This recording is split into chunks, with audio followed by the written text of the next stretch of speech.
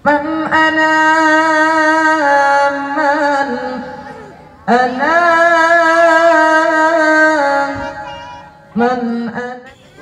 Assalamualaikum warahmatullahi wabarakatuh. Waalaikumsalam warahmatullahi wabarakatuh.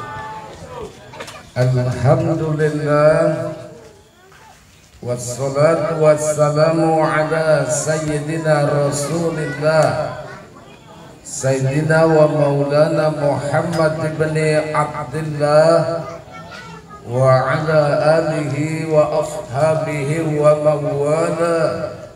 La hawla wa la quwwata illa billah, amma ba'du. Qala Allah ta'ala fi kitabihil karim, a'udzu billahi minasy syaithanir rajim. Laqad kana lakum fi rasulillahi uswatun hasanah liman kana yarjullaha wal yawmal akhir wa dzakarallaha katsiran.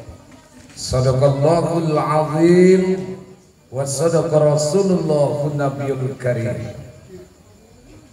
Bapak Kepala Desa Semencirim, Bapak Sugeng Suheri yang sama kita hormati, Ketua FKSMM Al-Ustadz Muhammad Hendro SPDI beserta seluruh perangkat jajaran ustadz-ustadz yang berhadir.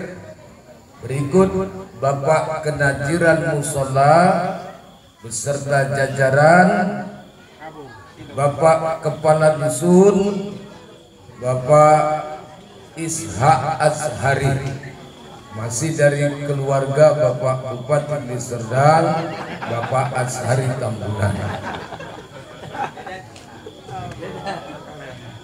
YouTuber kita dari Aceh tadi agak jauh, tapi alhamdulillah berkat perjalanan dakwah, jangankan hujan air, hujan batu pun insya Allah gak datang.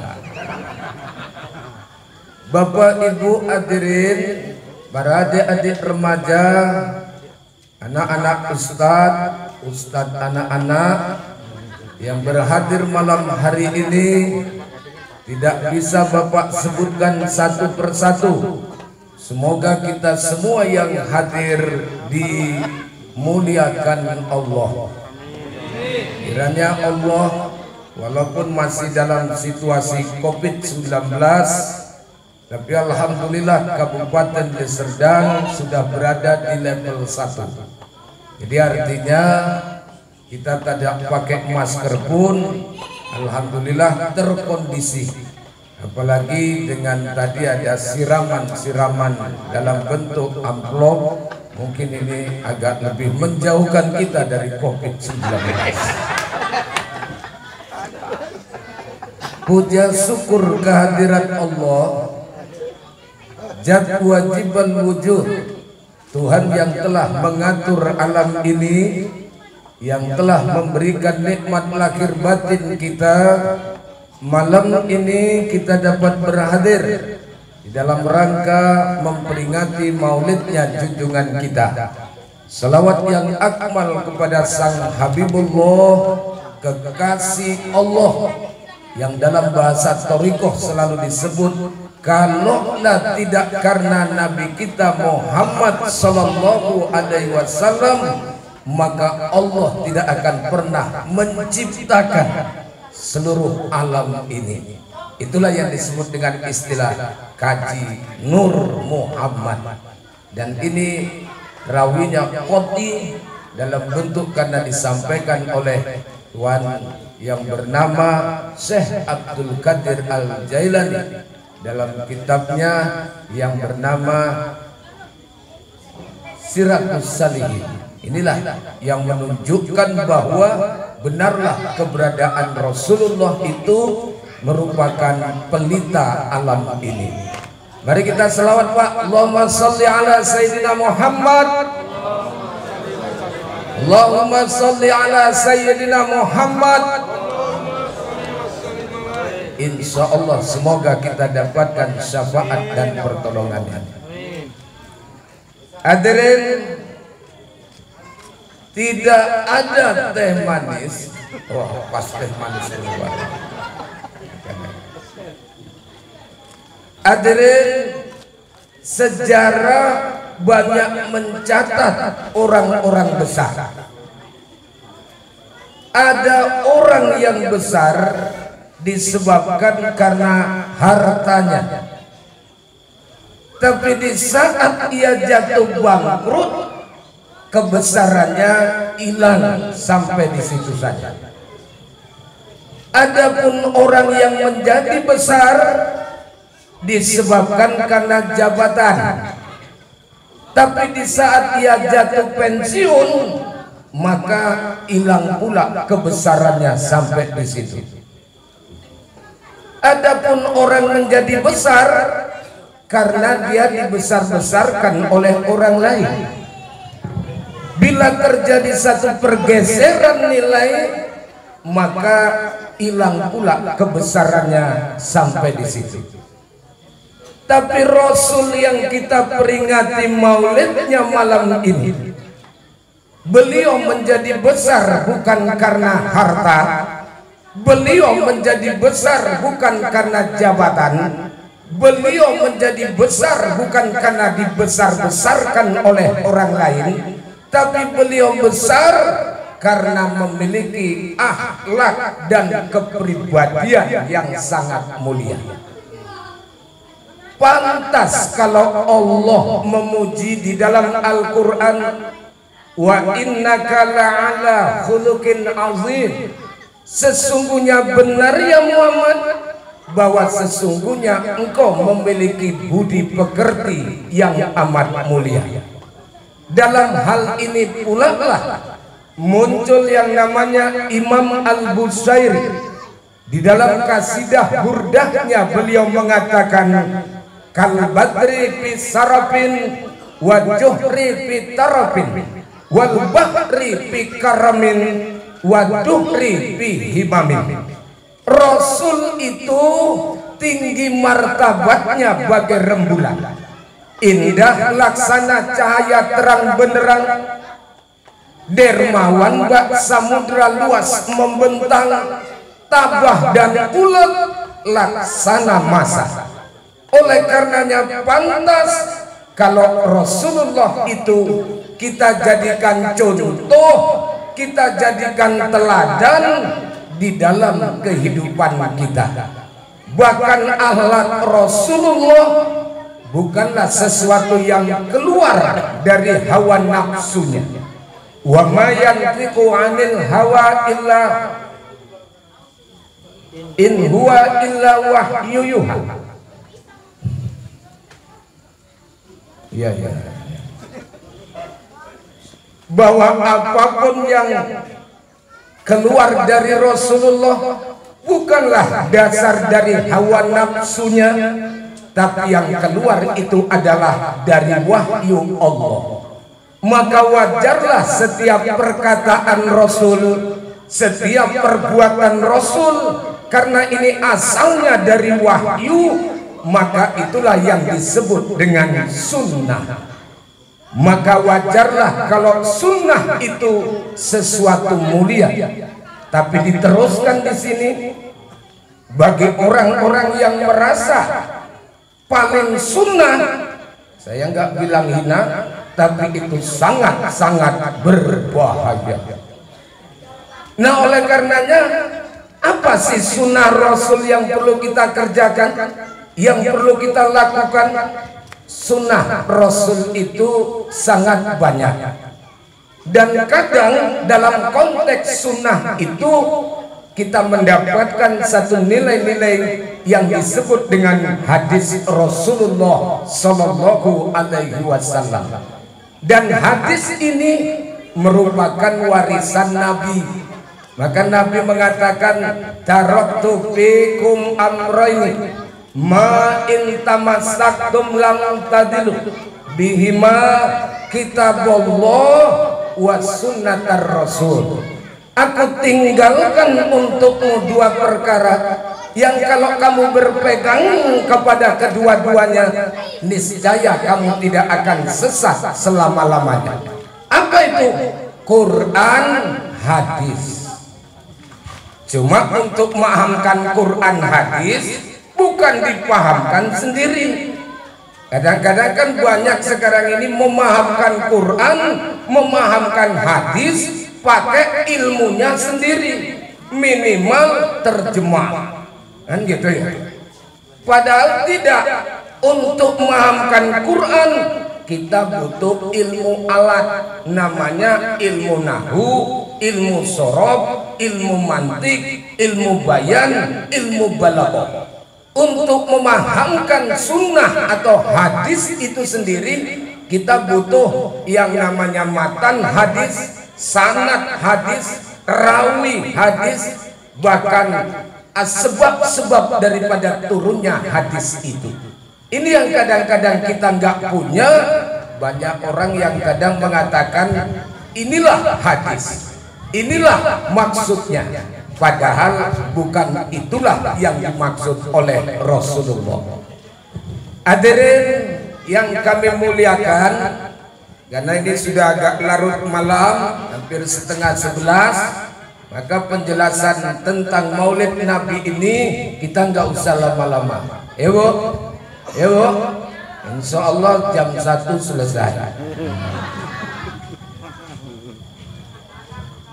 Nah hadirin, kalau kita melihat Rasulullah Sallallahu Alaihi Wasallam menjadi contoh dan suri teladan dalam kehidupan kita, kenapa Rasul itu kok bisa jadi contoh bagi pribadi kita? Yang pertama, Rasul itu kan diutus bangsa manusia.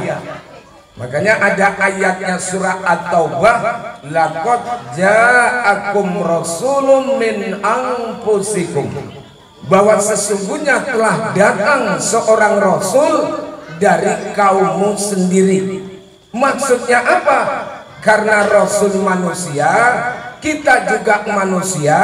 Kalau manusia disuruh mencontoh manusia, itu sesuatu yang wajar dan bisa diikuti. Untung Allah nggak turunkan rasul malaikat. Kalau malaikat yang jadi rasul, semuanya pasti ikut Islam. Apalagi yang diutus bangsa jin jadi rasul, ya semua ngikut. Karena kalau istilahnya ditengok saja orang sudah takut. Tapi rasul tidak begitu. Rasul membawa dakwah ini bukan dengan pedang. Rasul membawa dakwah Islam ini bukan dengan paksaan, tapi Rasul membawa dakwah ini dengan akhlak dan kelemah lembutan. Bahkan Rasul mana ibu-ibu? Jadi waktu dipanggil sama Pak Kades nyautnya cepat.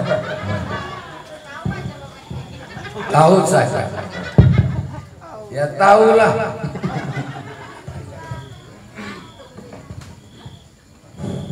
Pernah Rasul itu datang ke negeri Taif, berdakwah di negeri Taif. Harapan orang Taif masuk Islam. Tapi apa yang terjadi ketika Rasul itu berdakwah di negeri Taif?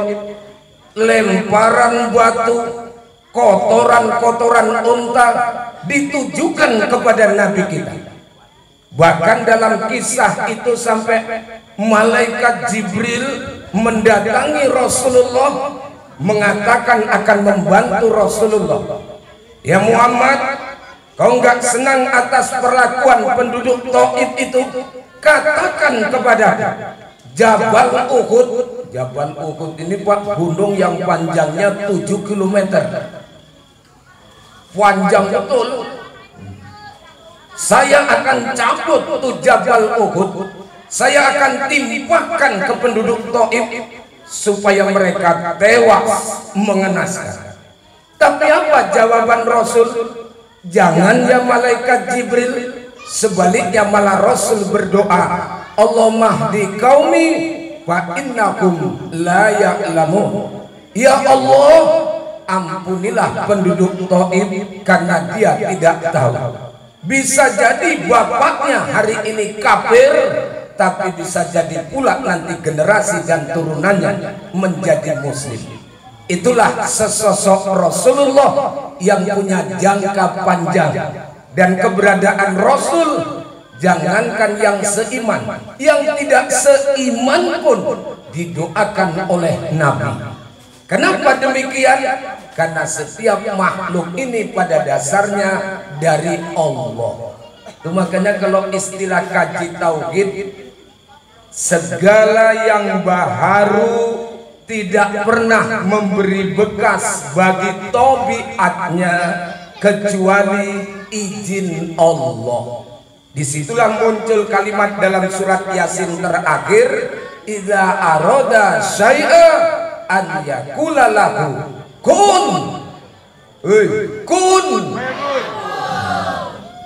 Kalau Allah sudah berkehendak, kalau Allah sudah mengizinkan, semua itu pasti dan bakal terjadi. Artinya konsep tauhid mengatakan bahwa orang yang menyakiti kita pada dasarnya adalah Allah yang menggerakkan. Dan sengaja diciptakan seperti itu, sebenarnya orang itu untuk menguji keberadaan diri kita, di mana Allah jadikan objek orang tersebut. Bagaimana dengan ujian tersebut? Nah, inilah maksud dalam kategori kenapa Rasul itu tidak mau menyakiti walaupun orang-orang kafir sekalipun. Latar belakangnya ya kita ini semua makhluk Allah. Namanya makhluk Allah, kita tidak dibenarkan menyakiti makhluk yang lain walaupun tak seakidah dan seiman dengan kita. Itu peristiwa di Madinah juga terjadi itu, Pak. Bagaimana ketika Rasul mengembangkan aspek agama Islam di Madinah, Profesor Dr. Harun Nasution dalam bukunya Islam ditinjau dari berbagai aspek. Islam bukan hanya sampai di Madinah menjadi aspek agama, tapi Islam menjadi aspek ekonomi, aspek sosial, aspek politik, bahkan aspek ketatanegaraan. Inilah sebenarnya yang mau kita bangun. Gerakan-gerakan Islam tidaklah harus kita pamer kekuatan banyak dalam artian bahwa kita mayoritas, kita demo, sementara hal itu kadang-kadang tidak memberi bekas apa-apa. Maka lebih baik lakukan gerakan-gerakan di bawah tanah. Dalam artian apa? Ekonomi dulu umat Islam yang harus kita bangun. Karena ekonomi ini ngeri nih, Pak. Imam Ali sempat ngomong, kadal pakru ayakuna kupron. Kepakiran itu selalu identik dengan kekufuran. Maka ada saudara-saudara kita di daerah Jawa sana, Pak, yang gara-gara 2 bungkus Indomie mereka menukar imannya. Gara-gara obat-obatan mereka menukar imannya. Dari sinilah perlu kita pikirkan bagaimana membuat jaringan ekonomi umat Islam. Saya sudah merencanakan di daerah Tembung, Kecamatan Persetan, Percut Setuan,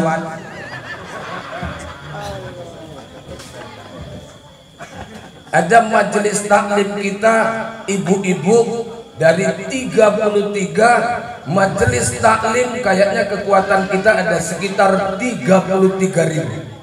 33.000 kalau ibu-ibu ini mau tanam saham satu orang 100.000, sudah 330 juta. 330 juta. Saya sudah hubungi Indro Grosir, kalau mau buka yang sifatnya padat itu 500 juta. Tinggal saya tambah sekitar 100 sekian juta, saya sewa nanti rukonya sebanyak 5 tahun, kita buka di situ yang namanya Sakinah Ma. Ibu-ibu kita jadikan alat untuk berbelanja ke situ. berapa keuntungan yang bisa kita dapat, itulah yang nanti kita bisa bantukan kepada saudara-saudara kita yang masih di bawah garis kefakiran dan kemiskinan. Di sana ada anak-anak yatim, di sana ada janda-janda tua, bahkan janda kembang yang harus kita bantu satu-satu. Ini wujud dari kepekaan sosial. Makanya memang soal ekonomi ini, apalagi sekarang ini zaman disebut dengan pragmatisme, zaman disebut dengan istilah materialisme. Akhirnya apa yang terjadi Bapak Ibu? Kadang-kadang setiap kebijakan-kebijakan yang turun dari orang-orang yang menurunkan kebijakan itu membuat resah bagi umat Islam. Kenapa demikian? Ya karena jujur saja banyaknya saudara-saudara kita yang kita pilih kadang-kadang tidak mau dan peduli terhadap Islam ini, sehingga kebijakannya kita berharap nggak pun menguntungkan Islam, minimal tidak merugikan Islam. Tapi yang terjadi hari ini resah. Bayangkan pas hari merah Maulid liburnya besok, kan resah ya kan? Nah oleh karenanya kepada kita nilai-nilai yang seperti ini harus kita jauhkan. Pandangan ke depan kita umat Islam tentunya kalaupun kita memilih sesosok pemimpin yang tak terlepas pemimpin yang peduli terhadap rakyatnya. Itulah Rasulullah, seorang pemimpin yang paling peduli kepada umatnya, sehingga ketika beliau akan meninggalkan dunia ini, siapa yang disebut? Ummati, ummati. Dan pemimpin yang peduli, yang adil, itu dapat nuansa nanti di hari kiamat, naungan di padang mahsyar. Karena salah satu yang dapat naungan di padang mahsyar itu imamun adilun, pemimpin yang adil. Pemimpin yang adil, kalau di depan dia sebagai contoh, kalau di tengah mengayomi, kalau di belakang dia siap menggiring orang-orang yang dipimpinnya. Itulah kepemimpinan yang adil. Makanya alhamdulillah tadi begitu Pak Sugeng dikasih kata sambutan, tidak memberikan kata sambutan terlebih dahulu, tapi dipanggil masyarakatnya. Apa masalah luar biasa ini? Dan Pak Sugeng ini Pak, kepemimpin yang di desa Semencirim, kalau saya sebut beliau ini masih melaksanakan sholat maghrib, artinya masih dua ya Pak, 2 periode. Nah sholat maghrib kan 3 rakaat, beliau belum sempurna ini, belum sempurna. Jadi oleh karenanya tinggal 1 rakaat lagi kita hantarkan beliau untuk menjadi imam di Semencirim ini, insya Allah.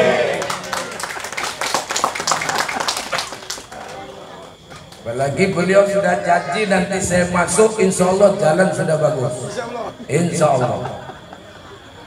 Karena bukan apa-apa Bapak Ibu, desa Semencirim ini kalau visinya nanti ke depan sudah bisa dibuat menjadi desa yang bermartabat dan religius. Martabatnya apa? Ya, sistem kepengurusan kita di kantor desa itu tentunya tidak terlepas dengan bersifat transparansi dan akuntabel. Itu yang penting. Yang kedua, persoalan-persoalan masyarakat harus cepat diselesaikan. Dan yang ketiga, harus religius. FKSMM itu harus didukung dengan sekuat-kuatnya, karena gerakan subuh ini membangkitkan semangat umat Islam. Baca buku misteri sholat subuh. Misteri sholat subuh, rupanya orang-orang non-muslim tidak pernah takut kepada umat Islam. Kalau umat Islam mengadakan acara besar-besaran, tapi mereka takut kalau umat Islam sholat subuhnya itu seperti sholat Jumat, dakwah subuhnya seperti dakwah di hari Jumat. Setelah itu silakan, setelah sholat subuh boleh asmara subuh. Nah, itu aja masalah.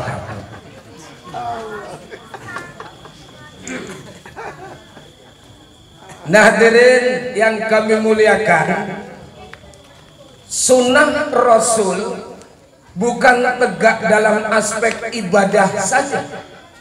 Makanya 4 imam, salah satunya adalah Imam Syafi'i, membagi konteks sunnah Rasul ini ada dari segi ibadah, ada dari segi muamalah, ada dari segi munakahat, dan ada dari segi jinayah. Ada 4 kriteria. Karena menyangkut sunnah berarti menyangkut amal-amal ibadah. Dia tidak menyangkut masalah nilai ketauhidan. Kalaupun dalam istilah tauhid, di mana Rasul mengajarkan aspeknya, tentunya tidak ada di mana kita diperintah untuk mengilahkan kecuali Allah Subhanahu wa Ta'ala. Dan urusan tauhid itu qat'i hukumnya 100%. Maka menyimpang sedikit saja bisa kafir. Itu makanya kafir ini Pak ada 3 nih. Ada kafir secara lisan, ada orang bisa kafir secara perbuatan, dan ada orang kafir bisa dengan iktikad dan keyakinan. Kalaulah dia bercakap misalnya, cakapnya itu sampai menyepelekan syariat, kafir. Misalnya kita ditanya Ramadan, Bapak enggak puasa, terus Bapak jawab, wah tokoh-tokoh orang Arab, kafir itu ngomong seperti itu. Tapi kalau Bapak bilang, kalau puasa mah saya kumat, wah itu malah perkataan yang tidak mendatangkan kekufuran. Paling-paling cuma bohong saja. Kalau sudah bohong, itu munafik. Tempatnya ya di bawah kerak-keraknya neraka. Kalau orang munafik. Karena pernah saya ngadakan acara maulid ini Pak di daerah Batangkuis. Rupanya anak remaja masjidnya mengadakan kegiatan namanya drama Pak. Drama masa sebelum turunnya Rasul. Dua orang itu bawain boneka-boneka di atas pentas. Saya pikir untuk apa ini boneka ini? Tiba-tiba datang orang itu sudah pakai pakaian Arab, pakai jubah, pakai ini, ya persisnya orang Arab. Rupanya mereka mengadakan sesembahan dalam drama itu.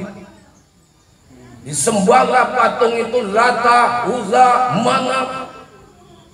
Begitu sudah selesai drama, saya pun naik nih Pak. Langsung saya panggil kepada adik-adik remaja masjid yang tadi ikut drama nyembah-nyembah patung, silakan naik kembali. Kenapa? Mau saya syahadatkan. Kenapa disahadatkan? Karena dia sudah keluar dari Islam. Itu kafir secara perbuatan. Tapi main-main Pak, main-main pun untuk kekafiran ini jelas. Sedangkan cerai saja main-main jatuh. Cerai main-main jatuh.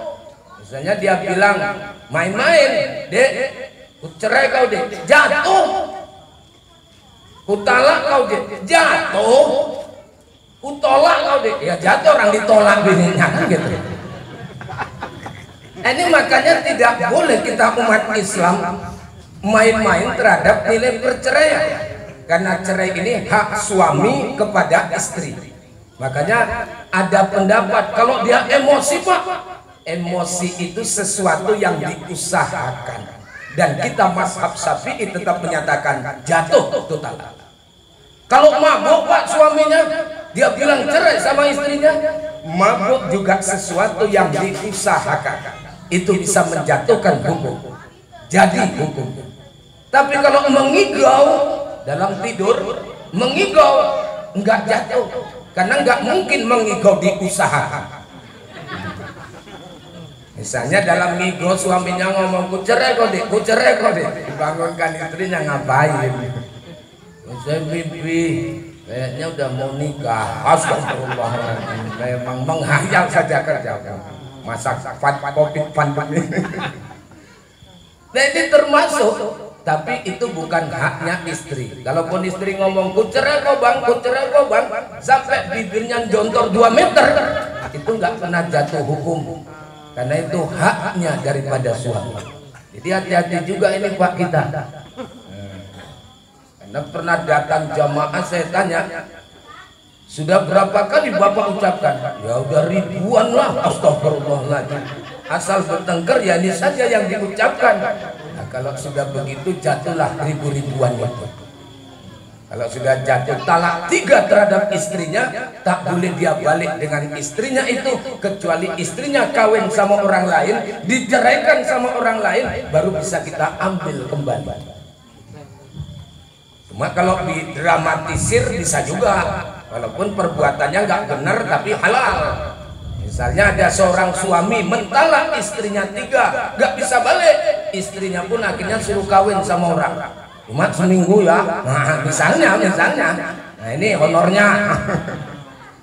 Rupanya sudah seminggu suruh batalin, nggak mau. Kayaknya ini cocok sama aku katanya, habis kita. Orang tukang ngakali hukum, terakhir kena akalnya sendiri. Ini hati-hati.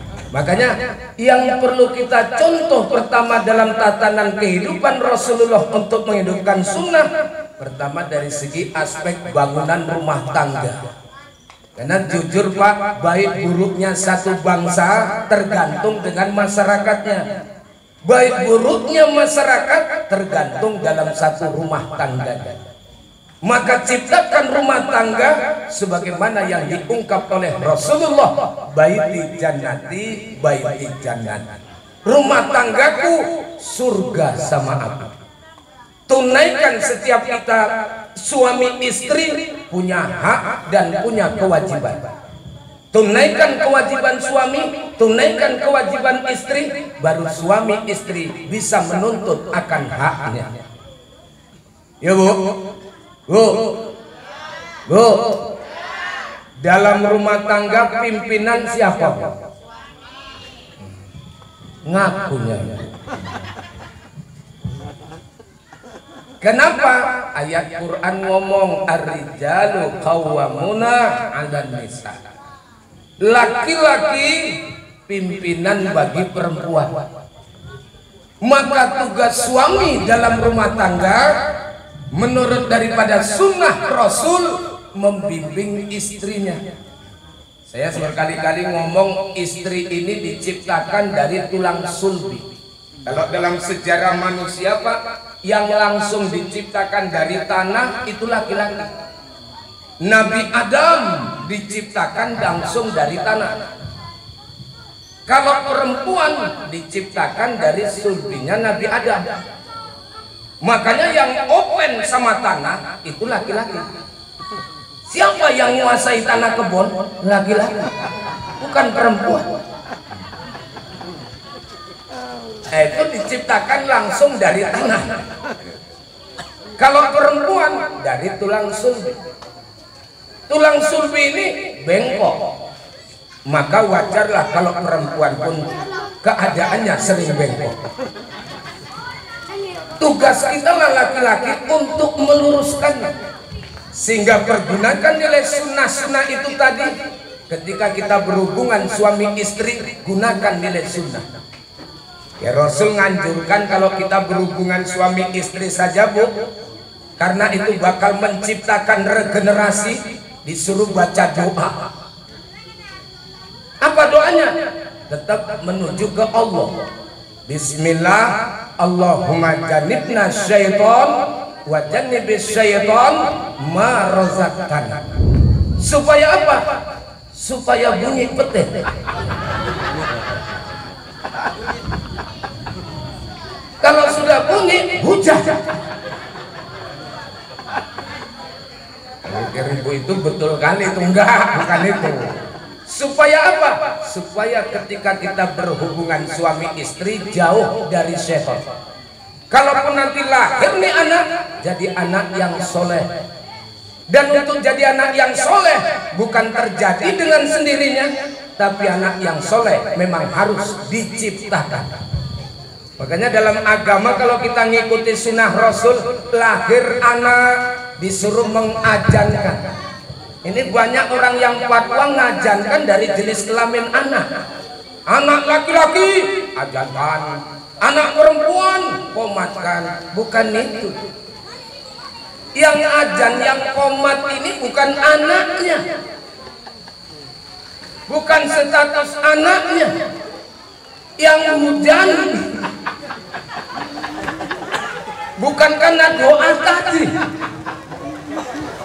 Memang sudah waktunya hujan. Lewat. Gimana Bu? Bu, kalau bapak-bapak alhamdulillah gak ada yang bubar. Ibu-ibu ini cepat kali bubar. Baik Bapak Ibu yang karena situasi hujan, selamatkan dulu yang kena hujan itu tidak ada.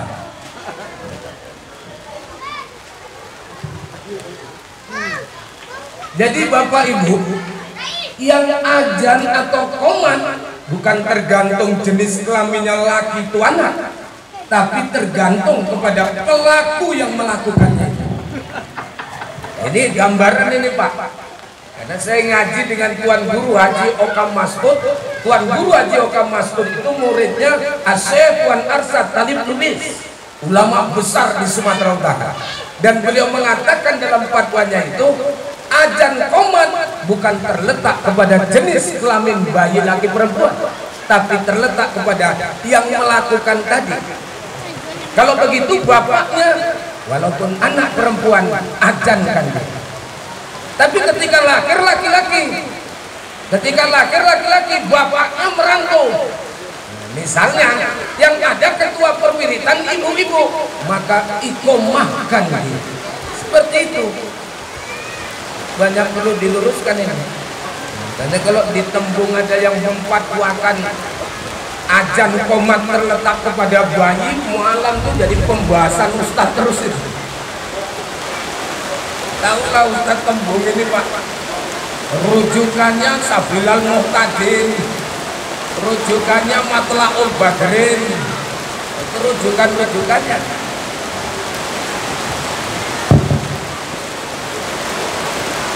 Lima menit lagi ya Pak.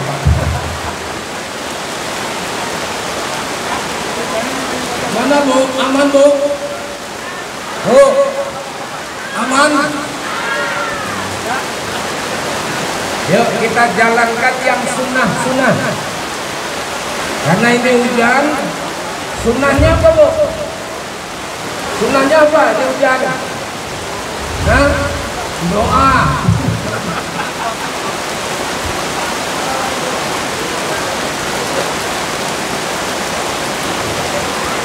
Motor mulai Pak. Ustaz ada motor aja Pak. Pak Adil, ini apa musola kan? Hujan.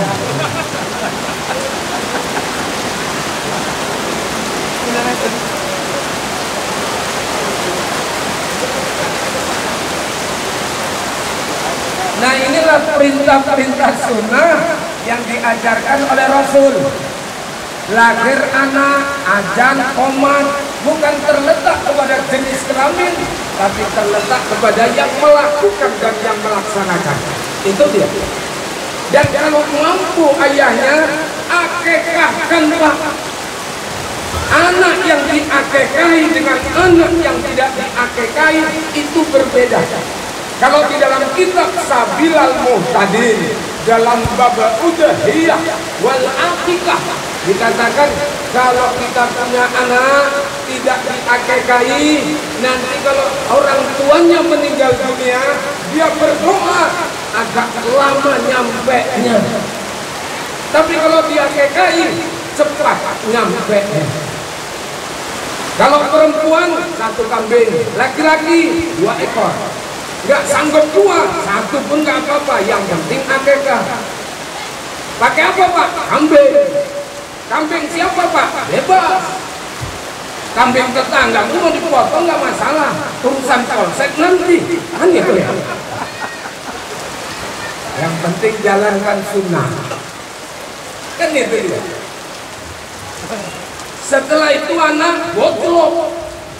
Makanya dalam istilah dunia pendidikan dikenal dengan pendidikan itu ada formal, itulah sekolah.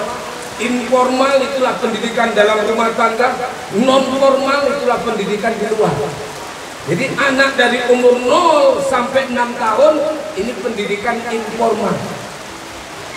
Maka kalau sudah ceritanya pendidikan informal, istri-istri kita lah yang punya peran yang cukup luar biasa dalam mengantarkan anak kita ke depan baik buruk. Makanya istri itu dapat rekomendasi dari Rasulullah, almar'atu imadul bilad, ija soluhat wa ija fasadat fasadat. Wanita itu tiangnya negara, bagus wanitanya, bagus negara, rusak wanitanya, hancur negara. Kenapa? Karena wanita itu yang lebih dekat dengan anak-anaknya. Jadi memang kita cari istilahnya gini Pak, bibit yang berkualitas. Insya Allah menghasilkan yang berkualitas pula. Jadi bini ini harus kita bimbing, kita ajari supaya dia menjadi bini yang berkualitas.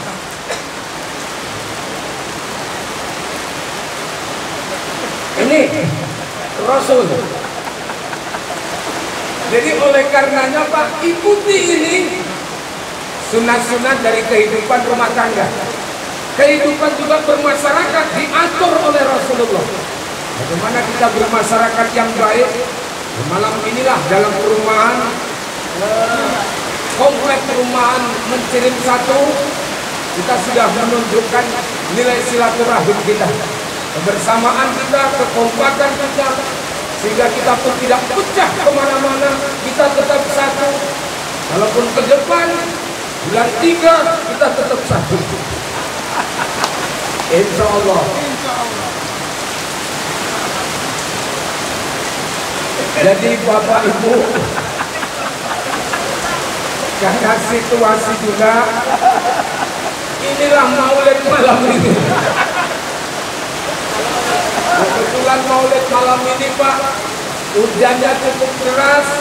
Semoga ini simbol buat kita semua bahwa rezeki kita ke depan akan lebih besar. Terkhusus buat Pak Kepala Desa, dengan banyaknya air ini, begitulah banyaknya pemilih yang akan memilih Bapak. Insya Allah. Oke, terima kasih. Mohon maaf atas segala keperhatiannya, mohon maaf segala kekurangannya. Akhirnya kita tutup pertemuan kita ini, karena selot-selot kita tetap kemana. Muara Guntur juga sudah menunjukkan kepada kita. Kita tutup pertemuan. Billahi taufiq wal hidayah. Wassalamualaikum warahmatullahi wabarakatuh.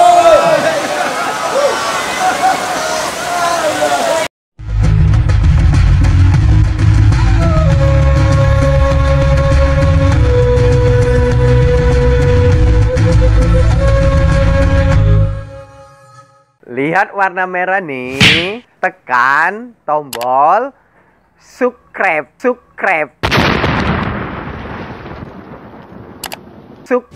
bagikan, share, suka, like, ting tong, loncengnya jangan lupa.